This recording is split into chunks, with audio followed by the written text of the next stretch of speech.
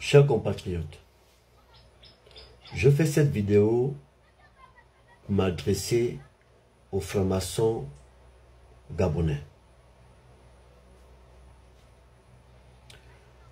Chers frères et sœurs qui sont dans cette organisation, cette grande organisation mondiale de nationalité gabonaise et qui vit au Gabon, et peut-être d'autres qui sont à l'extérieur mais qui sont gabonais. Nous ne connaissons pas grand-chose de ce que vous êtes exactement. Mais avec ce que nous lisons dans les livres et dans les réseaux sociaux sur Internet, peut nous permettre de penser un peu à ce que vous êtes. En gros, vous êtes des bâtisseurs. Et un bâtisseur, c'est quelqu'un qui a la vision. C'est quelqu'un qui réfléchit pour le bien de l'humanité, pour le bien de son pays, de sa nation, de son peuple. Je voudrais m'adresser particulièrement aux francs-maçons qui vivent au Gabon, qui exercent dans les administrations publiques et privées et dans des corps au Gabon. Vous voulez bâtir quel genre de Gabon? Vous avez déjà géré pendant plus de 50 ans. Vous avez les résultats. Vous avez les résultats de ce qu'on peut considérer comme ce que vous avez eu à bâtir. Est-ce que ces résultats-là sont bien? Est-ce que ça rentre dans le cadre de votre réflexion d'augmenter le taux de chômage, de vivre l'augmentation, le taux de pauvreté, de voir des problèmes de santé, d'éducation, de voir des gens vivre aussi misérablement. En attendant, vous êtes là. Et nous avons des exemples des autres pays qui ont fondé cette organisation. Combien de fois ils sont développés? Combien de fois ils ont bâti pour le bien de leur peuple? Le débat que eux ils ont là-bas est déjà très loin par rapport à ce que nous avons comme débat ici. Ici, nous avons encore le débat d'un Gabonais qui n'arrive pas à se scolariser, d'un Gabonais qui n'arrive pas à bien se faire soigner, d'un Gabonais qui n'est pas bien logé, d'un Gabonais qui n'a pas de voie pour arriver chez lui, d'un Gabonais qui n'arrive pas à trouver du travail, qui n'arrive pas à constituer une famille, qui n'arrive pas à garder sa femme et ses enfants. Ce sont des problèmes-là que nous avons encore. Eux, ils ont déjà dépassé ça. Et le pire, c'est que eux, ils ont bénéficié des terres sans richesse. Vous, vous avez bénéficié des terres où il y a beaucoup de richesse. Et il arrive que dans vos réunions, vous synchronisez entre eux et vous. Mais seulement, nous, ici, nous ne voyons pas de bons résultats. Alors, ça me laisse à vous poser la question, vous êtes quel genre de franc-maçon?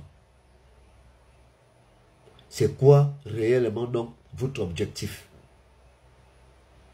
C'est de participer au bien de l'humanité ou de participer à la destruction de l'humanité. Et si l'humanité n'existe plus, comment vous allez exister? Si l'homme que vous voulez diriger ne se sent pas bien, comment vous allez pouvoir le diriger?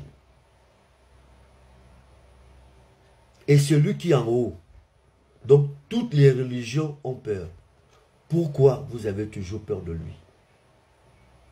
Ça veut dire que parce que il a un pouvoir sur nous tous. Quel que soit ce que chacun de nous a choisi, je pense que le but d'abord, c'est pour bien faire les choses. Alors, pourquoi vous n'arrivez pas à bâtir votre bon pays, votre beau pays? Pourquoi vous n'arrivez pas à réfléchir pour que votre peuple puisse se sentir bien? Pourquoi vous laissez à ce que votre peuple soit opprimé par des personnes que vous-même vous avez accepté de faire venir? Et car l'oppression que votre peuple subit, c'est parce que vous avez donné le pouvoir à d'autres personnes. Pourquoi vous acceptez ça? Vous êtes dans toutes les organisations décisives de ce pays. Vous êtes dans toutes les institutions de ce pays. Parce que même si certaines personnes, comme hier j'ai entendu que le PDG c'est une secte, mais est-ce que la secte du PDG est au-dessus de vous? Je vous laisse vous-même, avec votre conscience, de la situation que le Gabon et le Gabonais vit aujourd'hui. Il y a eu le coup de la libération le 30 août 2023. Dans un mois, nous allons aller au référendum pour voter la nouvelle République. Est-ce que cette nouvelle République doit continuer avec cette façon de faire, avec votre organisation comme c'est fait aujourd'hui?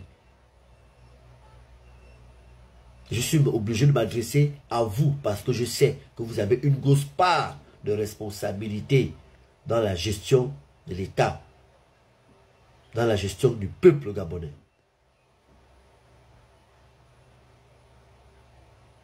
C'est votre peuple, c'est votre pays. Ça vous coûte quoi de bâtir également votre pays comme vos frères arrivent à bâtir également chez eux?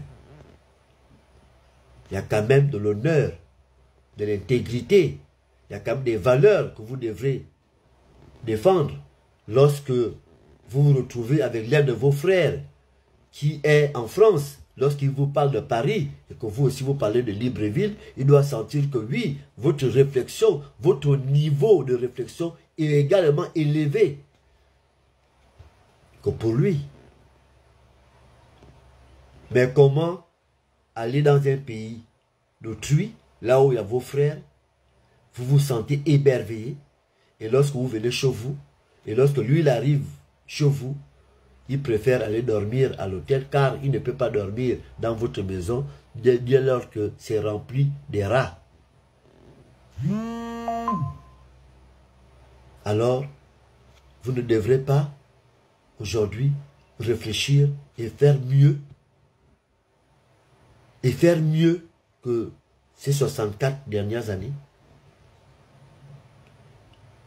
Et si ce sont des instructions qui reviennent du plus haut, vous êtes des intellectuels, vous avez pratiquement peut-être même les mêmes grades. Est-ce qu'il ne serait pas bien d'ouvrir ce débat où vous également, vous défendez votre territoire, votre pays, pour que ça soit aussi demain comme eux? C'est pourquoi j'ai pris le courage aujourd'hui de vous interpeller. Parce que je sais également que vous êtes un pilier important pour le fonctionnement de ce pays. Car les pédégistes, ce n'est qu'un parti politique et à l'intérieur vous y êtes. Il serait bien pour vous également de penser à vos enfants, à vos filles et garçons, à vos familles que nous sommes. C'est ce que j'avais à vous dire aujourd'hui. Je vous souhaite un bon début de semaine. Que Dieu vous garde. Que Dieu Tout-Puissant vous garde. Et je vous remercie.